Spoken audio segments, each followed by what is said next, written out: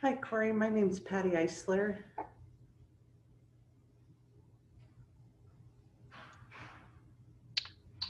Hello, Patty. Yes, how are you, Corey? I'm doing well. Thank you for joining our meeting. I am one of the um, committee members that's trying to put these on. Great. Well, nice to meet you virtually.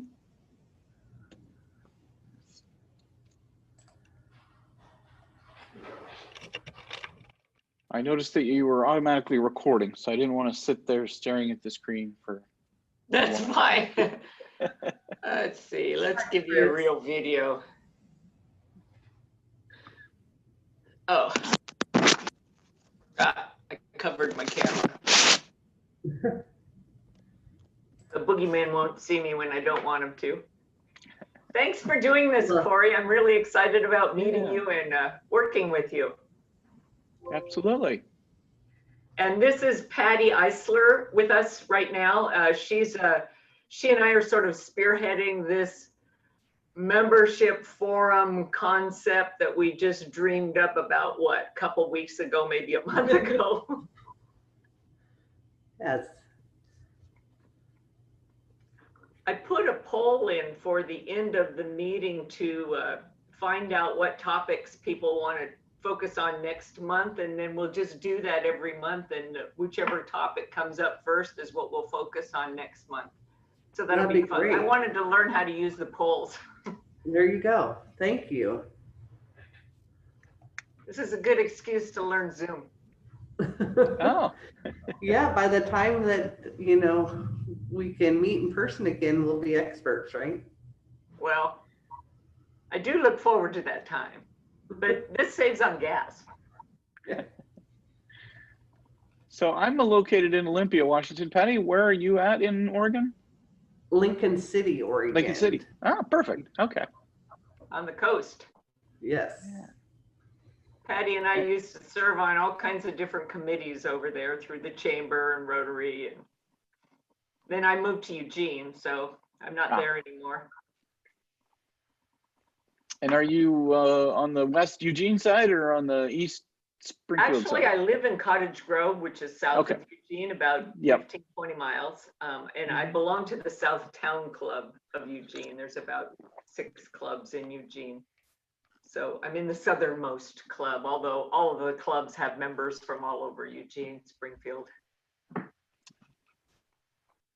How many clubs are up in your area, Corey? We have 92 clubs in our district. Wow. So our district stretches from, it's west of I-5 mostly. There's some in Pierce County that goes east, but it goes from Woodland, Washington, all the way up to the top of Vancouver Island. So we have all of Vancouver Island in BC, and then the peninsula part of Washington and all the way down. And then the very bottom part of Washington is part of District 5100. So. Gotcha. I used to work with a company that was based out of Victoria.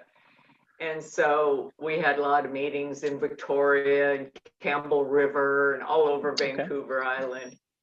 Beautiful area up there. They always called me the Hershey bar because I was the token American in the whole company. Yeah, well, usually I'd be up there 2-3 times a year, but no travel right now. So. No, right. Now, have you been a district governor? I have not, no. I didn't see that. Why not? Well, so last year when I threw my name in the hat, it was down to myself and Dale Roberts, who was the district governor's husband at the time, and the committee chose him over me. So, I get the better job because I get to be an assistant Rotary coordinator and work at the zone level. So, yeah. No, I'm just teasing you. That job just seems, especially when our district is most of the state of or the bottom 2/3 of the state of Oregon and top of Washington. And so from Lincoln City, where Patty is, to Lakeview, Oregon, which is way in the east, is a bazillion miles. And just the idea of traveling all that ways is like, hi, who's this Hilton person? Hi, Bob Hilton. I'm with the Rotary Club of Ashland, Lithia Springs. Okay. The morning club, we in Ashland have both a morning and a noon club. What brought you here? What interested you about the forum? Well, I saw your invitation. You're Chris? Yes. Yes, I saw your invitation and happy to participate and get some ideas. I'm going to have to leave in about 20 minutes for another commitment, but Okay. sure. I don't know what the experience of the other clubs is, but I suspect it's not dissimilar from ours, and that is that our focus for the time being is on preserving our membership, not expanding it. Right. Yeah, keep them all from dropping like flies because of engagements and difficulty and missing the face-to-face meetings is Sure. Well, we have a relatively small club. It's about 55 members, and it's a very social club. It's comprised of friends by and large, and we sometimes think of ourselves as family. It tends to be older demographically, as I suspect most Rotary clubs are. The club is demographically older. And the Zoom meetings that we hold are well attended by our older meetings, but less so by our younger meetings. Our younger members are the ones who are, as is true of our community generally, stressed most by this pandemic. They have young children, they have jobs, they have things that are more important to them. Well, we're joined by, let's see, who's popping in now? Janet Houston. Yes, from Florence, Oregon. Oh, from Florence. I love your club. Pardon me? I love your club. Oh, thank you. I do too. I've only been to it once, but I went over there and really enjoyed it. Oh, good, good. We missed meeting in person for sure. Don't we all? Yes. Oh, Jerry Finnegan is here from Eugene Airport, the other side of town from me. Hi. And Larry Hildebrand, where are you from? Medford Road. Oh. And Peggy Carla, if you unmute yourself, you could tell us where you're from. From Jacksonville Applegate. Oh, that's right. I think I corresponded with you, right? Yep, think so. Thanks for hosting this, by the way. Yeah, well, this is our inaugural voyage. We should have a champagne bottle or something. It's a little early in the morning. But I have my Rotary mug. oh, there you go. What's in it? Yeah. Coffee. It's coffee. This time of morning. Good morning, Nancy Allen. Where are you from? I am from Ashland, Oregon. Oh. So you probably know Bob Hilton. Well, I have been with Rotary about 11 months or so, so I'm still getting to know everybody, but I am new on the membership. I'm going to take over membership, so I'm really excited about getting involved in that and getting to meet everybody and learn. Right. Well, we can form a big brain trust is the idea. Yeah, Nancy, I'm from the morning club in Ashland. Oh, okay. Nice to meet you. Nice to meet you. Memi Tenold, is that how you say your name? Unmute yourself and tell us where you're from. Hey, I'm Mimi Tenold. Mimi, okay. You can blame my twin brother for that when we were little. Anyway, I'm from the Roseburg Noon Club, Okay. and I'm going to be president next year, so I'm president-elect. And I need to learn all I can about membership. Yeah, especially this year. Exactly. It's very challenging. Patty Scott just joined us. Where are you from, Patty? Coos Bay North Bend. Oh, okay. Membership chair for about the last 5 years. You're from Coos Bay. Bill Giles Club. Yeah. Bill's Club. Yeah. He probably doesn't own it, but I know him from there. Yeah. Shelley Rotondo, where are you from? Hi, I'm from the Rotary Club of Bend, and I'm co-chairing our membership committee and on the board this year. Good deal. Let's see, we've got Bev Walker just joined us. Hi, I'm from Rogue Gateway Rotary in Grants Pass. And I'm the new membership chair for this year. Oh, good deal. No challenges for you, right? Jill Tompkins, do you want to unmute yourself and tell us where you're from? Yeah, Jacksonville Applegate. Okay. We've got Peggy and Jill from Jacksonville Applegate. Yep, we're eager. Cool. Terry Homer, where are you from? I am from the Corvallis Rotary Club. I am the president-elect, and I'm also on the membership committee. And you're from Corvallis, not Greater Corvallis. Right, the Corvallis Rotary Club. Gotcha. When do you guys meet? I don't think I've been there. We meet on Thursdays at noon.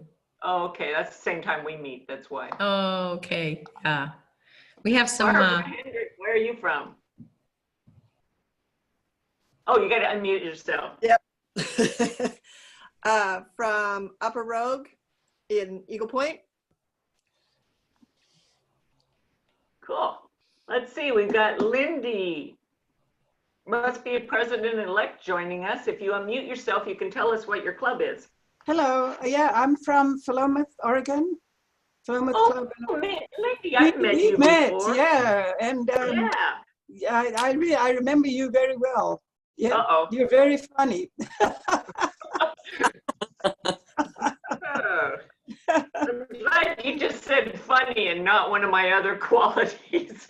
No, that's what I remember you for. Okay. How are Terry you? Shepard, where are you from? If you unmute yourself, you can tell us where you're from, Terry. Hi, it's Terry, and I'm from Rotary of Greater Bend. Oh, great. Greater Bend. And I've got a little doggy barking in the background, so I'm going to remute. Okay. My little Chihuahua Terrier wants to join the Zoom call. Well, we had a meeting a couple weeks ago where it was bring your pet to lunch meeting, because you know you could do that on Zoom. Don Welch. Don Welch is here, and her face looks like a rotary wheel. Where are you from? It looks like a rotary wheel because I just finished running and I look horrible. The rotary wheel is always beautiful. Fabulous. It's always beautiful. So that's Rogue Gateway Rotary. Okay. And Jessica Price is from Metro Club. And she's muted, so I can say stuff about her. Oh, darn. Hello, thanks for having me. It's nice to have you here. Let's see. I want to start here in a minute, but I'll give a few stragglers. Bill Anderson is just joining us. Oh, Bill, where are you from? Oh, he's still connecting. Marv just joined us, and you're from Redmond, right? Yes, I am. Thank you. Now, you were president last year, correct? Yes, I was. Thank you. You're sort of the name of that goes behind the Redmond Club. Superman or something like that, right? Well, I think what it is, it's the people behind me. Yeah. Such says a good leader. Bill Anderson, if you can, you're unmuted now. Where are you from?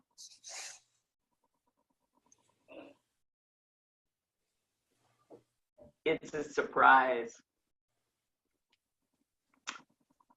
Okay, well, we only have an hour for this meeting. These meetings are going to be the third Tuesday of every month at 10 o'clock in the morning. You can pass the Zoom link on to anyone in your club that's interested in helping with membership or interested in membership in any capacity. And we're going to have a different kind of focus topic on membership. This month is about COVID because COVID's on all of our minds, right? It affects every aspect of membership. In fact, it affects every aspect of club service and all the other work that we do. But I want to have a 1-hour meeting, so it's a drop-in meeting. There's no reservation required. You don't have to RSVP. Just come, leave if you need to early. You don't need a hall pass or anything like that. So we're here to trade ideas, and each month I plan to have somebody facilitate our meeting. And this month I asked a rock star to do that. Corey Lepardi is with us from Olympia, Washington. He's the assistant Rotary coordinator for Zone 27. So that's like, how many districts are in the zone, Corey?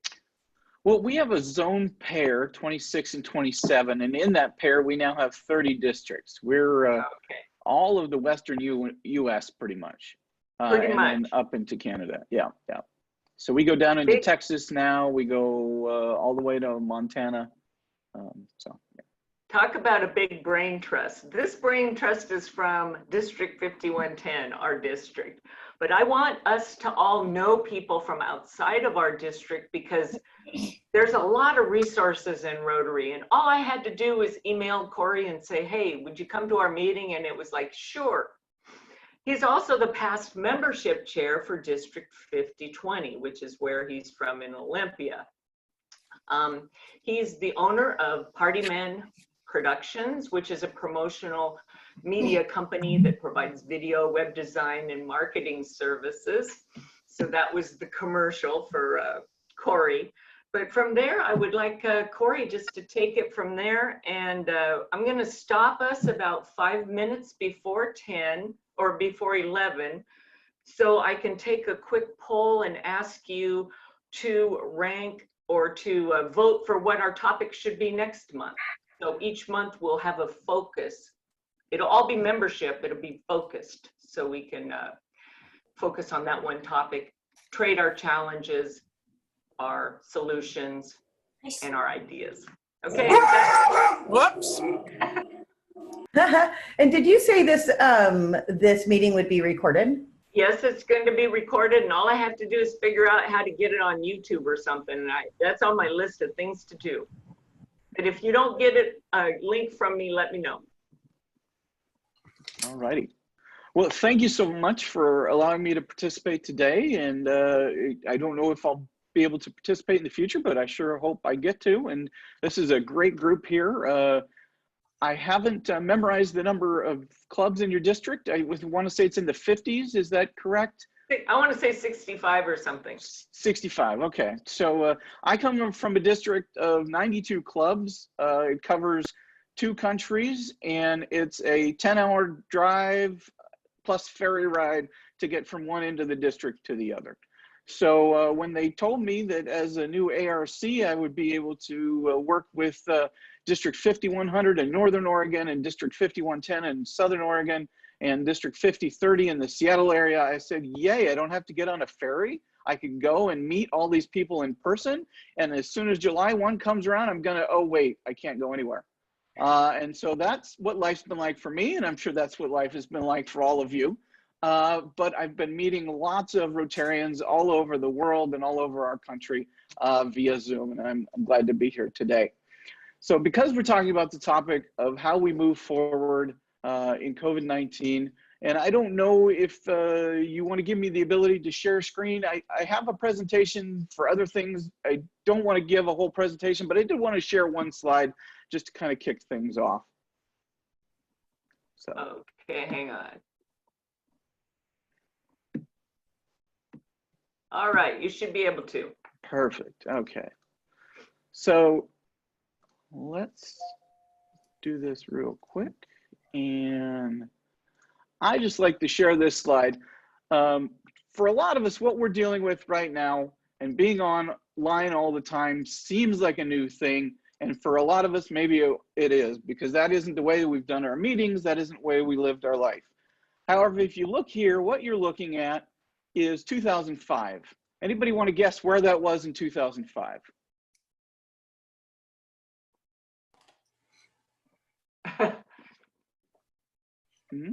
I don't hear anybody, so I'm going to go ahead and go forward and say that was Vatican City in 2005. And that was when they were waiting for the smoke to come up, and we were going to have a new pope in 2005. And if you look real close, you will see that one person in 2005 was on their cell phone. Whether they were texting a friend or shooting video, one of those people was on their cell phone as they waited for a new pope. Well, the world got a second pope real quick, and we weren't necessarily expecting that. But in 2013, it looked a whole lot different when people were experiencing what it was like to bring a new pope into the world. So I like to bring that up because if someone or if an organization so staunched in dogma and routine as Vatican City saw that kind of cultural shift in 8 years, well, Rotary is going to see it in about 8 months. So we're all online now. We're all doing things differently. The rest of the world maybe was already doing that. So I just like to show that, and it's part of a bigger presentation, but this isn't a surprise for those of us that have been figuring out how we're going to present information to people and train. I've actually been training via Zoom for 2.5 years now in doing Rotary presentations. And because of that, our district was able to change pace really quickly. And when things got shut down in April, by mid-May, we put on 30 training sessions online. We did our entire district conference online, and we did what everybody is talking about, pivoting very, very quickly. We had over 800 attendees to our online conference celebration. We've never sold more than about 450 admissions to our event in the past. So we had more people attend our online virtual conference this year just because of the tools that we're currently using today. So that's all I wanted to put out there and say it may seem like a shock, and by now a lot of you have probably been doing this long enough it doesn't, but the rest of the world outside of Rotary has been making this shift over the last, say, 10 years. So I would like to open it up now to anyone who is got an issue that is COVID related with their club. And I know we're all dealing with how do we retain members and how do we stay effective. But if you have a specific question that this group of amazing membership people might be able to address, I'd love to, take one of those right now. I would suggest if you have one, raise your hand because we can see that. That way we won't all talk over each other. And if you know how to digitally raise your hand, which is at the bottom of the participants pane, that makes it even easier when we see that digital hand go up, because the first person to do it, it goes to the top. So I see Peggy Carla. I hope I got your last name right. Already has a question for us. Peggy, what's your question? Yes. So we have several relatively new members who are young. They're either under 30 or in the mid-30s, and they have young families. And they were seeming to be engaged in the club, and then COVID hit, and all of a sudden our meeting is at 7 o'clock in the morning, and they have young children that they're trying to homeschool. They've got infants. They've got two parents trying to figure out how to make this all work, and they're not engaged anymore. And dues were due, called them and said, yes, we want to continue, but we can't figure out how to get them engaged. Okay.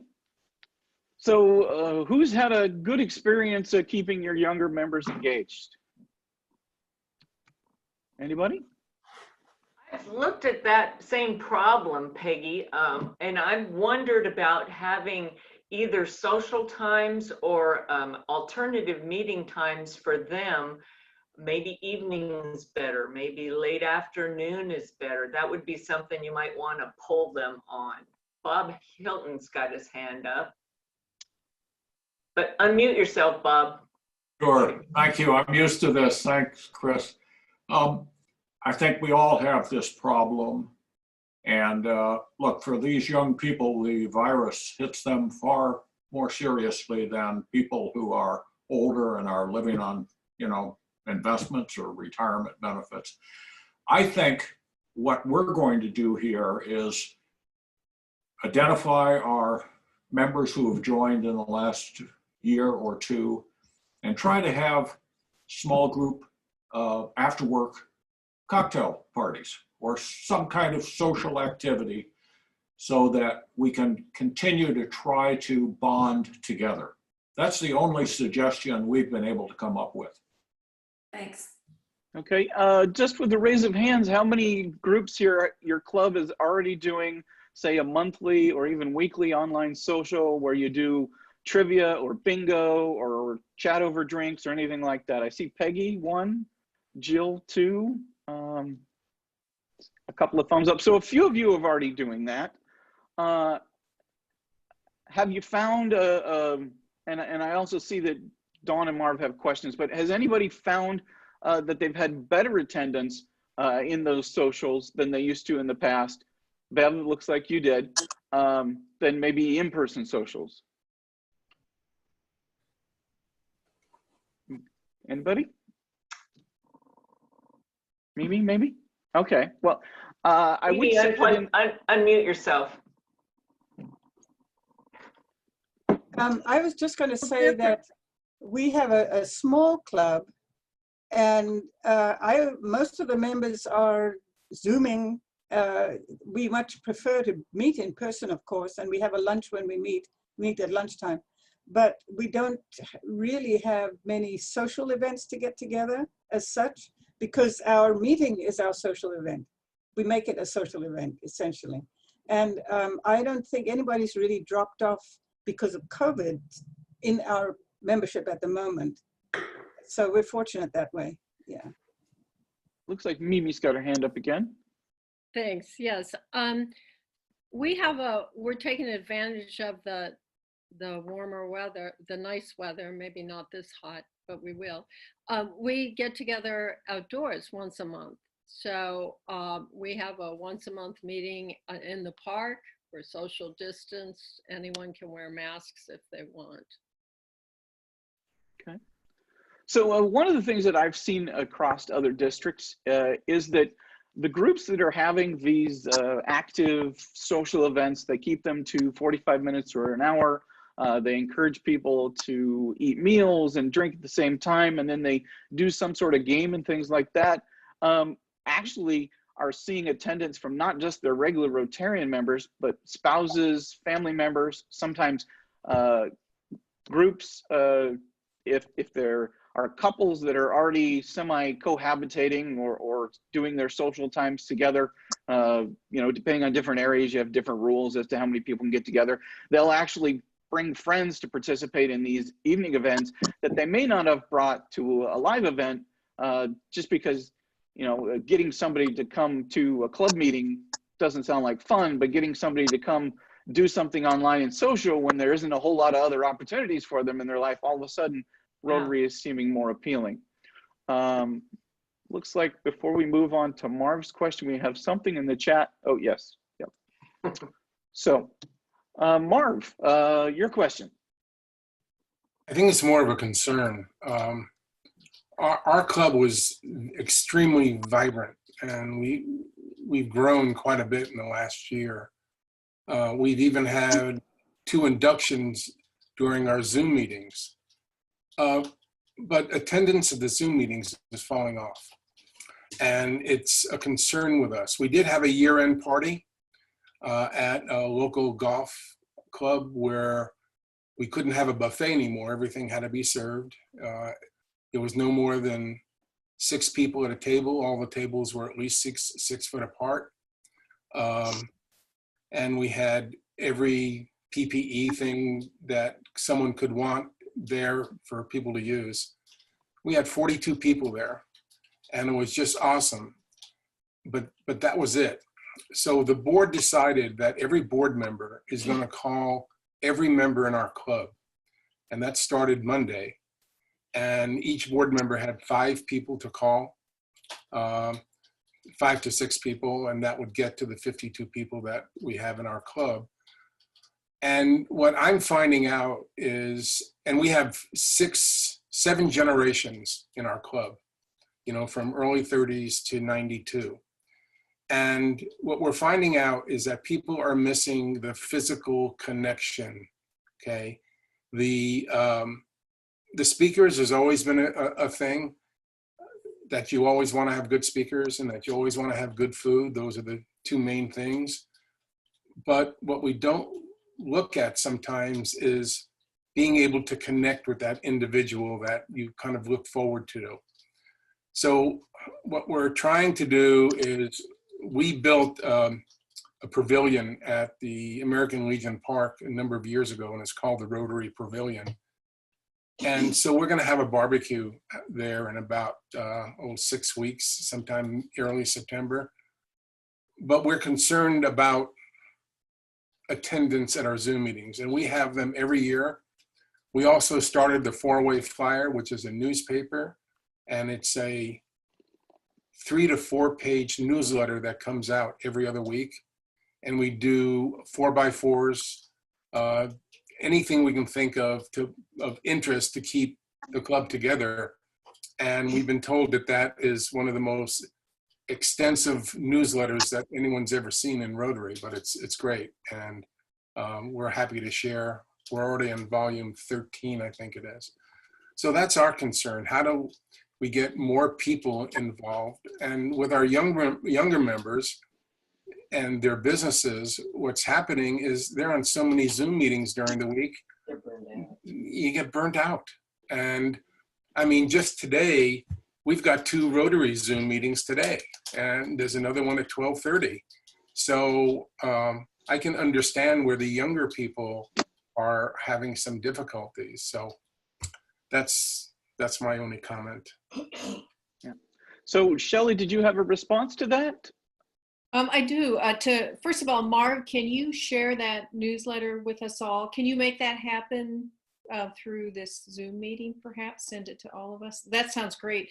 So the Rotary Club of Bend, early on when COVID hit, our membership committee did what your group did, Marv. We took 5 or 6 members each and called them all. We checked in on them. We asked if they needed anything. Most people said, I will help anyone that needs someone, but a few of our members needed help grocery shopping and such. And so we had such a positive response to that, that we're going to repeat that again. Now that we're in our new fiscal year, our new Rotary year, we're going to, at least twice in this Rotary year, we're going to do the same thing. We're going to call all members, you know, each membership committee has 5 people, 6 people.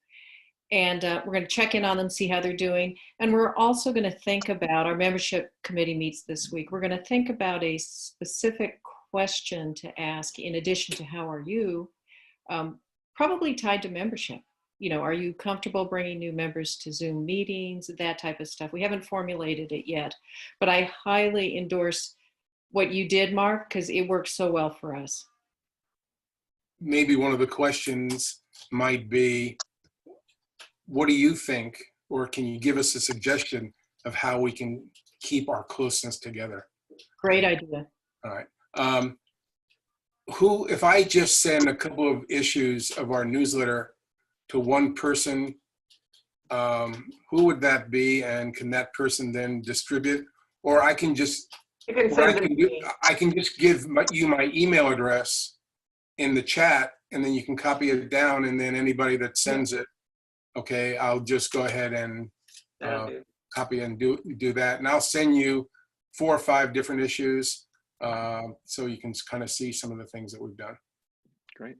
So Terry, did you have a response or a new question? Along the same lines, actually. Our membership committee has been dividing up the membership as well and calling, because we noticed that even from the beginning, we were only getting less than half of our membership attending the Zoom meetings. And we have, I would say we skew towards an older population, but we do have younger working members as well. And my most recent calls, which have just been in the last week, I called a couple of the working women, and what I asked them was, we miss you. We just want to find out how you are. We have a wonderful speaker schedule, and we've reached out to get unusual speakers, and we just wondered if there was anything we could do to encourage you to come. And most of the responses were that from the younger people, the ones that were working, is that their workload has increased so much because of COVID, actually, and they are Zoomed out, as Marv indicated. They have so many Zoom meetings. So I asked another question, which was, what if we changed, I asked two other questions. One is, what if we changed the time of the meeting? What if we made it in the evening? Would that make a difference? And a couple of them said yes. So I would just, I think we have to be very flexible in this time, and we may have to change the way we have our meetings in terms of the order of what we do in the meetings, or add games, as Corey said, or do something different.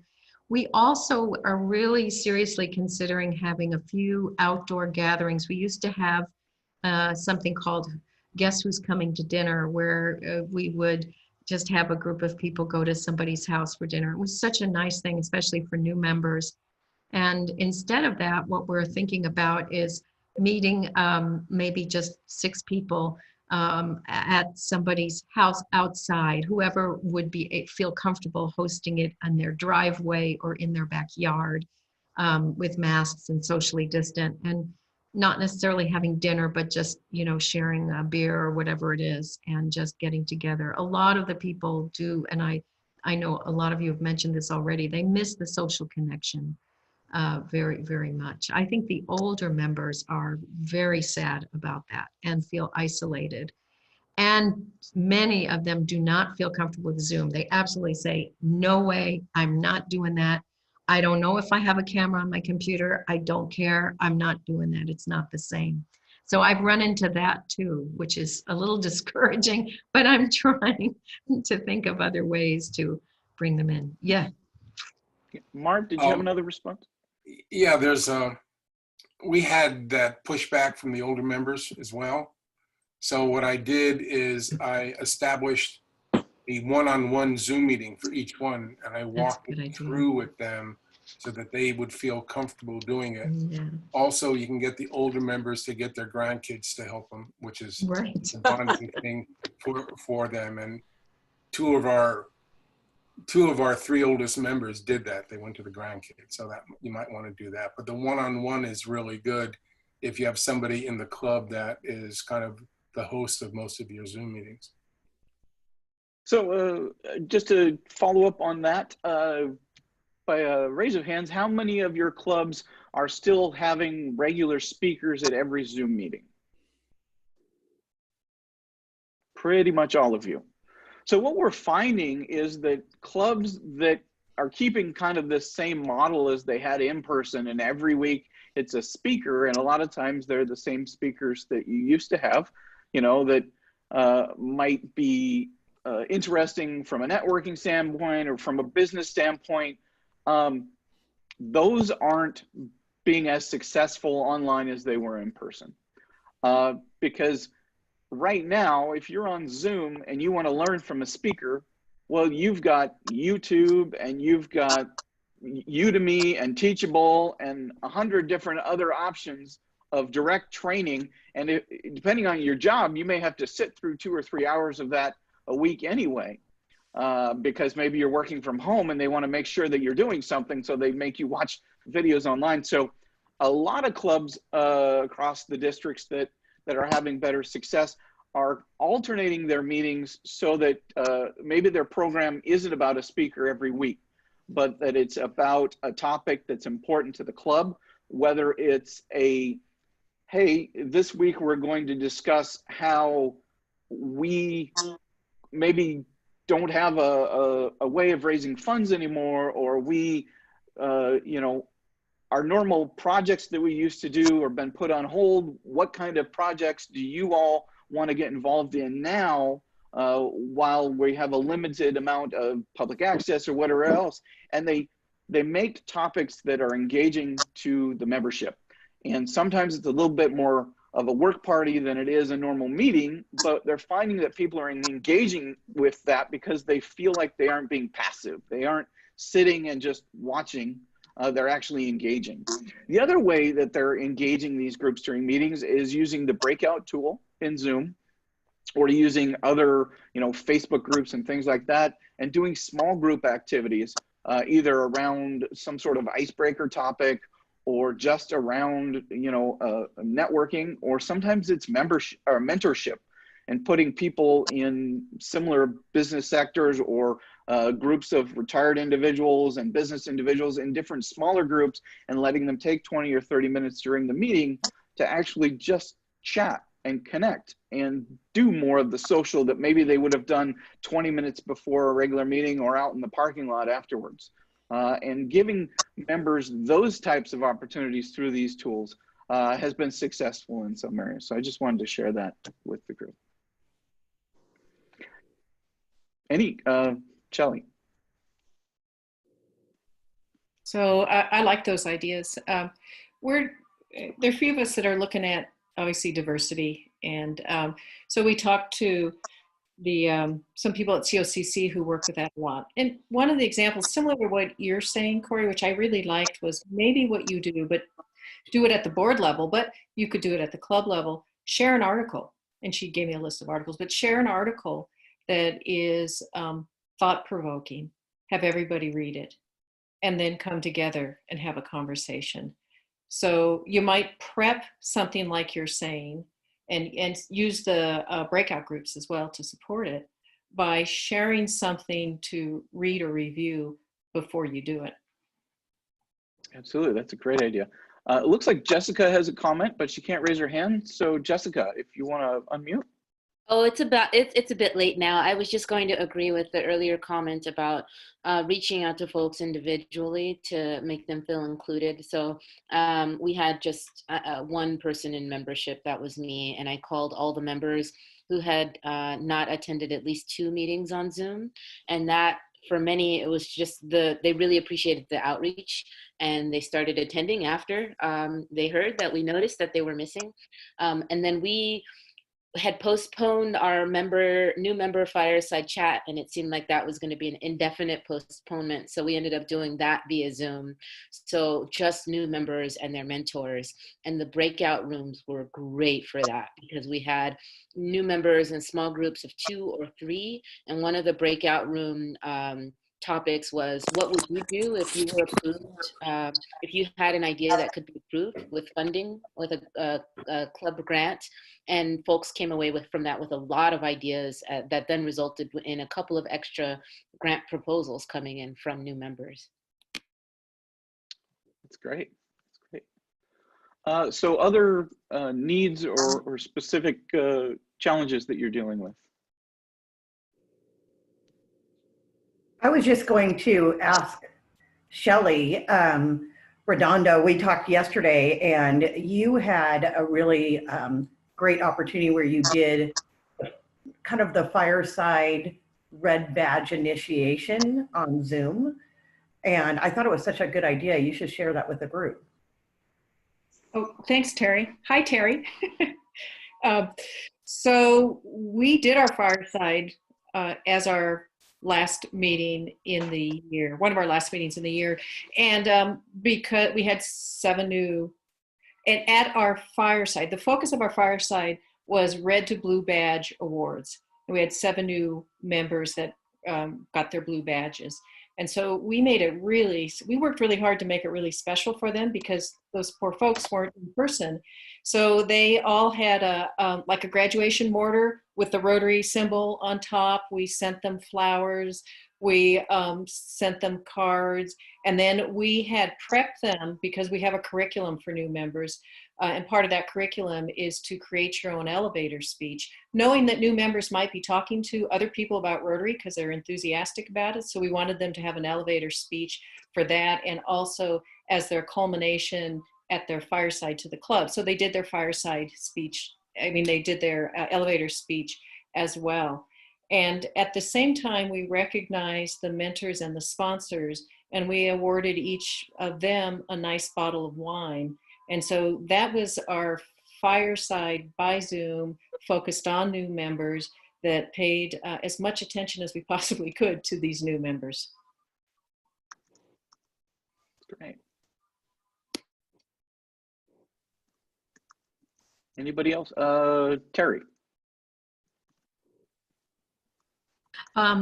One thing we decided to do to make the meetings a little more interesting too is we started a raffle where it's not the traditional raffle we would normally do, but our membership, our secretary would, as people entered the Zoom room, she'd assign them a number, and then we ask our speaker at the end of their presentation to think of a number between 1 and 25, whatever number it is. And whoever they pick, that person, instead of winning a bottle of wine or something, we give them a gift certificate for dinner at a local restaurant, because we're trying to support the local businesses in Corvallis. And people love that. In fact, this last time the speaker said, I'll chip in. I'm going to give you guys a certificate for, whatever it was, a pizza place or something. So I think that can be fun. And that came out of just thinking about, as Corey was alluding to, maybe not a game, but something a little more fun that we hadn't done before. Yeah, a lot of districts are finding ways to help their local restaurants, their local businesses, their local first responders in ways that maybe they wouldn't have before. And thank you, Terry, for sharing that. Christina, did I see your hand up? Yeah, we've done a couple of things at our weekly Rotary meetings that have been kind of fun and well received. The first one is that we have a theme every week. And so we let them know, we send them an email the day before, don't forget the Rotary meeting tomorrow, and here's the speaker, and but the theme is going to be, and it might be, wear your Rotary garb, wear something Rotary, or it might be bring your pet to the Rotary meeting, or it might be show us your favorite coffee mug and tell us why it's so good. Last week we had bring a picture of an ancestor, and people were sharing their pictures of their great grandmother's wedding in, Pazuki, Missouri, or wherever it was, and that was really fun. Got really good engagement out of our members from doing that. The other thing that we're doing is I want to spoon feed a little bit of Rotary training into our meetings. And we used to have a Rotary Minute and this and that. And so we came up with Rotary Trivia. So each week we're having one trivia question, what was the first service project that Rotary ever did? Was one from a couple of weeks ago, or who was Southtown's, our club's first female president is the next one. Shh, don't tell anybody. But we're doing that, and then I'm teaching people to use the chat, because they have to use the chat to answer the question, and whoever gets the right answer first, their name goes into a list of each weekly person that wins, and at the end of the year they're going to get a fabulous prize, which means I have no idea what that's going to be yet. But those are two things that people are learning a little bit about Rotary and learning a little bit about each other that seem to be working well. And it's easy idea to copy if it works in your environment. You can try them in socials too. You have a theme to give people a reason to get together. I'm going to pick on Patty Eisler, because they do a beach cleanup, which a lot of service projects that we have some, sort of a focus. But Patty, tell them about the bingo aspect of your cleanup and how that worked. Well, our Rotary Club joined in with some other service clubs in our area, and the Chamber of Commerce, Kiwanis, just the variety, and handed out bingo cards that had lists of different garbage basically on the card. And so if you found that garbage on the beach and cleaned it up, you got to mark the card. And then there were some prizes then for for people who got a bingo. And it was after July 4th. So, you know, there were fireworks on the beach, then just different things like that. And it's been really engaging. The other thing that we've done, and it's if somebody has younger people out there that are trying to engage them a little bit, is our past president, Ron Chandler, has started, we have Rotary flash mobs, we call them. So where we get together and have fun at different restaurants and things in town. But we are doing Rotary cash mobs where he's giving geocache coordinates for different trivia answers that we get right. And then at the end, if we found them all, then there's a prize for that too. And a lot of people are enjoying that because they can go off on their own and take their selfie and post it on our Facebook page that they found this coordinate. So that's been kind of a fun thing too. Who does that, Patty? I want to follow up with that. Ron Chandler. Okay.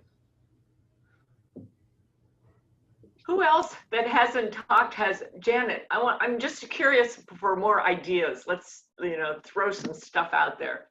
Okay, I can speak. One of the things that our president is doing at our weekly meetings is she has a big bowl and it has all of our names in it. And each week she picks a name, and what that person does is, I have to look at it, they talk about, it's just like 2 minutes, they talk about their career, what they worked in or what they're working in now, and then what they do for fun. It's just a way to engage people, learn about, you may not know what Mr. Steele does for fun. And so they talk about their career and they talk about what they do outside of Rotary and outside of their career. And that's really fun. It engages people. We have 60 people attending our Zooms, but we have 110 members. So we're still missing a few. And most of those are the people that are working and they are Zoomed out. But I, as a membership chair, do call individuals that aren't in the meeting and just keeping them informed, checking on them, and then also our newer members, just to try to keep them more engaged. But we haven't done any socials yet, and but we are talking about it. That's it. So I did want to share for clubs that definitely are still finding their way, and for most clubs in general, I mean, I think one of Rotary's greatest strengths, and we don't always talk about this, is Rotary's ability to adapt and change. Even though it feels like in our meetings we don't do that, if Rotary hadn't adapted and changed, we would still be the organization that was known for putting in public restrooms. And because that was our first project, and if we always just stayed with the first thing we did, well, then we would all do public restrooms, and that's what Rotary would do. And in some ways, you know, Lions is known for just doing glasses and things like that, but Rotary is known for doing so many other things. So I really think that Rotary has an ability to adapt to its community's needs, and every club has different needs. So what I have are 6 areas of focus, and I'm going to put these in the chat right now if I can. Let's see. They're topics to be working on in this transition period where maybe we're not meeting in person yet, but we've got the ability to actually hunker down and get some things done in our club. So the first is, what are your new ideas for when you meet again in person? Because maybe you don't have to meet the exact same way as you used to. A plan to promote Rotary to your community. We all know that as clubs, we can do a better job of promoting Rotary. How will you keep the online elements in meetings? There's definitely some of the elements of this that works, whether it's bringing in outside speakers or allowing engagement for people who are on the road or out of town, especially if you have a community where you have lots of your members that are what they call snowbirds and vacation during parts of the year. How can you make an impact now and in the future? So don't just think about one project one day, but how can your club actually do something sustainable? How will you be more inclusive in your meetings? And I know that I think it was Shelley that brought up that as a topic. And then what will be your signature as a club? We have all kinds of different clubs and they have lots of different things they do, but each club that's successful has something that's their signature. We have a small club in District 5020 that was struggling. They were down to 8 members and they didn't have an identity. And someone got the group together and said, what can we be known for? And they decided that they were going to be known for making adaptive bicycles and wheelchairs available to people in their community and outlying communities. So not in another country, but in their own community and other communities. And they found organizations that would make these bicycles and wheelchairs, and they found other organizations that would find the people who needed them. And that club has doubled in size in the last 2 years because they are solely focused and they are known in their community as people of action who are getting other people to be mobile again. So just finding that thing that your club is known for, and maybe your club was known for a fundraiser, maybe your club was known for a big public event. Well, it might be time to rethink what your club is going to be known for, because some of those things either A, aren't going to be available for a while, or B, maybe have gone away altogether. So just 6 things to focus on when you're moving forward. There is a way to download the chat. If you just click, there's 3 little dots on the right, bottom right, it says save chat if you wanted to take those questions. And I'm sure that Christine will be able to send those questions out to everybody. So that was all I wanted to make sure I got out there before people started dropping off the call. That was really good. I love the what are you known for? What's your signature? I think that's a good breakout room question for me to have. I'm president this year, so I'm trying to think of all these things to engage people. And I think I might try that. I like that one. Who hasn't popped up and shared something that they're doing? I would like to hear from everyone. I'll do it. Hi, Jill. Hi there. I just wanted to share one idea that we came up with that I think is going to really bring the club together. Our community service chairperson has decided to split us into 4 different groups. We have about 35 in our group, and split us into 4 groups, and each of those groups on their own are responsible for coming up with their passion, their fundraiser, or their project. And I think it's going to be really great for the club because it's going to bring those people together with a purpose, and they choose their own project. They don't have to, it's something the board votes on. It's just what they want to do. And we've already come up with a couple of great ideas that, quite frankly, we've never promoted before, and I don't know that Rotary ever has. So we're excited about venturing forward with this. Thank you. Looks like Dawn has a hand up. Dawn, can you unmute yourself? One thing that I think our Rotary Club has benefited from is a past president is also the administrator of the hospital. And so pretty much every week we ask him to do a COVID update of what's going on in our county and our region. And he's been able to coordinate a number of physicians to come on and talk about what they feel should be done and how careful we should be.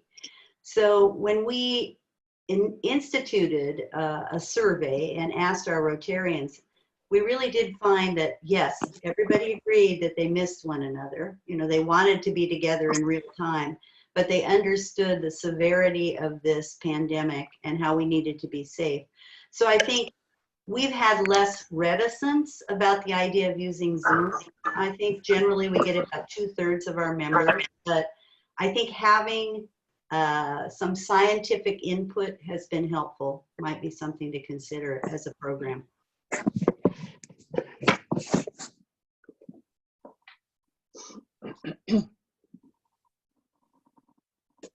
Mitch Allen has his hand up. Yeah, thank you. I've been waiting to see if any of things I'm talking about would be mentioned, but I am the membership chair of the E-Club Estate of Jefferson. Oh. The Internet Club has been active since 2013. We have 36 members now. We've been as high as 46. Our attendance throughout this COVID our attendance has not changed. It's run from 80, 85%. With the meeting that we do online, where we have our own web page, it has a similar format as a regular meeting that I used to attend. We would have the president give a talk written down, some announcements. And then a new thing that we started to do is called a podcast, where one of the Rotarians will interview another club member to find out more about that person. I was one of the first guinea pigs.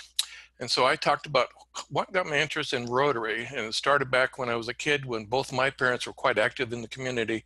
And I just continued that. And I've done the same with my kids and grandkids and got them involved in the community. So my story. Then we have programs about talking about the different projects we're involved. We got about 4 or 5 major projects from around the world because our membership is around the world. Well, most of our members are from Oregon, then California, Phoenix, New Mexico, Texas, Mideast, India, Italy. In fact, during Italy, when they were really shut down pretty bad, 2 of our members were shut in their apartment for many, many weeks. And so we kept them supported by talking to them through the internet. And so that helped them. We call our club kind of, you can make up your Rotary anytime, any place. So you can do it on any business trip. You can do it 4 in the morning. You can do it 10 at night. And each week by Thursday morning, our meeting format changes. The president's got a new quarter. We got a new program. We also have things on technical tips that people want more knowledge about using your computer and things like that is available on our site. We also use Facebook as another way of communicating. Then before the COVID, we would get together in person at district assembly, district conference, and then every 5th Thursday of the month, we would get together on the internet and have a social. And so that's how we done it. Let's see, I think that's pretty much kind of the key things is what we do as Interclub I wanted to talk about, which is the different format than, of course I started Rotary on a regular club that met at a restaurant, but I enjoyed the exposure, especially knowing people around the world. That has been one of the key reasons I even joined Rotary, to meet people around the world, because I went to the national conference in Portland, Oregon, back when, 90s? And I was so overwhelmed by meeting people and hearing the different languages. And today I'm still hearing those languages because of our membership is around the world. And so we have people who want to use makeup in our club. They have to do is just register. And then when they join in and sign in, then their secretary is emailed that this member of your club attended our club as a makeup. And so we also have us on our site where you can register your community event that you did with another Rotary Club, or that you sponsored something, so you get counted for makeups for doing social events, community projects, and things like that. So that's something that we did as an E-Club, just that maybe you can adapt to your regular land-based clubs. The typical Rotary Club is how you can meet. That's what I'm saying. Good. So there's a question in the chat for Mitch. It says, what works best for you with the socials? With the what? Sorry? With your socials? Socials?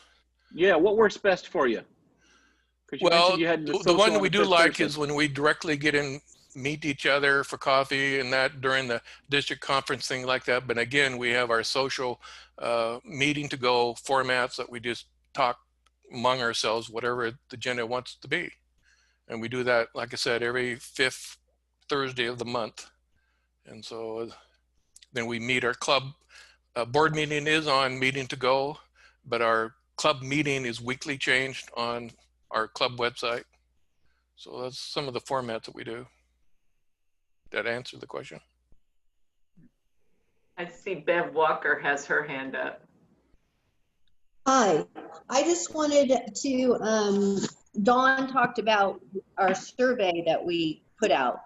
We had an overwhelming amount of people that said they were more comfortable with Zooming, and an overwhelming amount of people that said they miss getting together.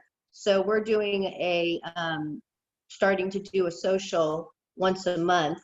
And our first social was with breakout groups, and it was a question being asked. So everybody went into their breakout groups with a choice of questions, 3 questions, and they got to do their own thing. And I wasn't at that, but it apparently worked out really, really well. And we only had a few, maybe 12 people, I think, that showed up, but they all enjoyed it. And I think the next one will be a success, or more people.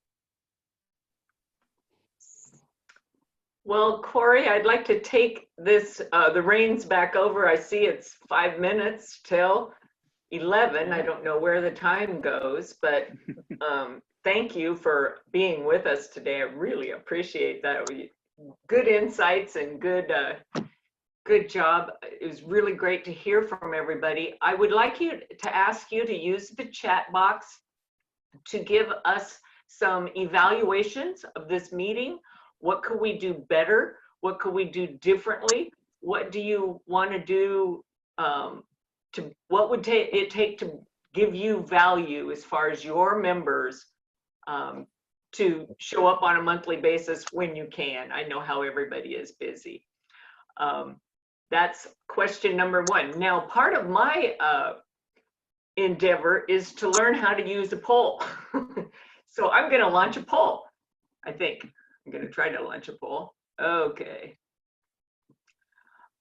This poll is going to ask you some questions about what do you want to see for next month's topic. And again, you can also use the chat for any other ideas that aren't on here. I just threw some ideas on the wall and I thought I'd give them to you. So whatever one comes up first, we'll use for next month's topic or focus. So now I've launched it. And I'll give you a couple minutes to vote on what you like. Can you see the poll? Yep. Okay. Yep. And then I'll show you the results after this. This is kind of cool. I get to watch everybody vote. Woo! Can you vote for more than one? I don't know. Try it. I have no idea what I'm doing, Marv. I think Yes, you can. I wrote the book called Flying by the Seat of Your Pants. What I'm doing.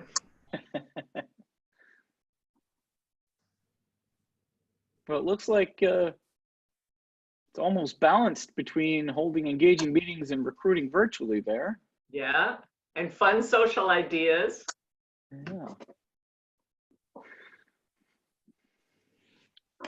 I'll give you has everybody voted? Let's see, I can't see you because the vote's in the middle of it.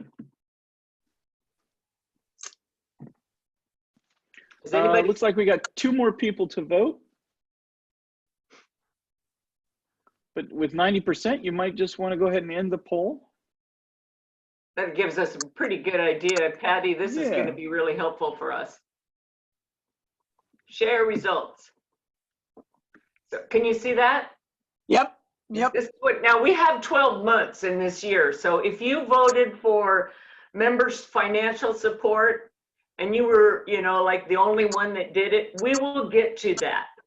We will get to all of these and we will get to any more ideas. We might revisit some of them twice because there might be unfinished business.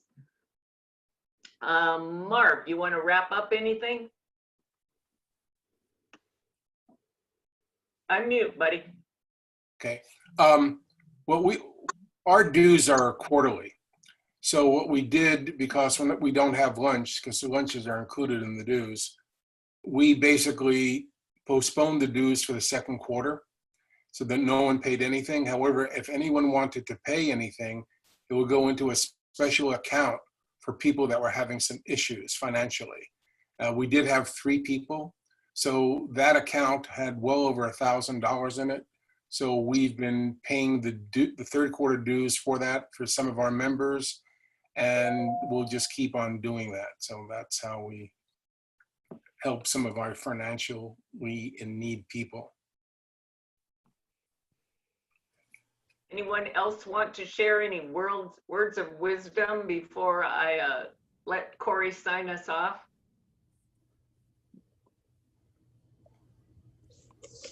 You're all out of pearls? Yeah. So there is one thing in the chat that I think is a great idea. If you were to put your club name and your next to your first name maybe in the future, that would help people to understand what clubs you work with, and probably would shorten your introduction times as well. Good idea. So that you could spend more time getting all the great work done that you guys are doing. Good idea. Thank you. That's what we're here for, is good ideas. Well, you guys, I'm going to sign off because I said this would be an hour-long meeting, and that's what it is. So thank you very much for coming, and we'll hope to see you next month. I'll send out a reminder. Thank you so much. Thank you very much.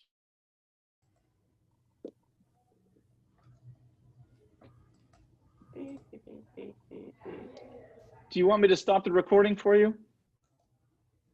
Oh, you're being a good co-host, aren't you? Sure. I am. All right. You must have done this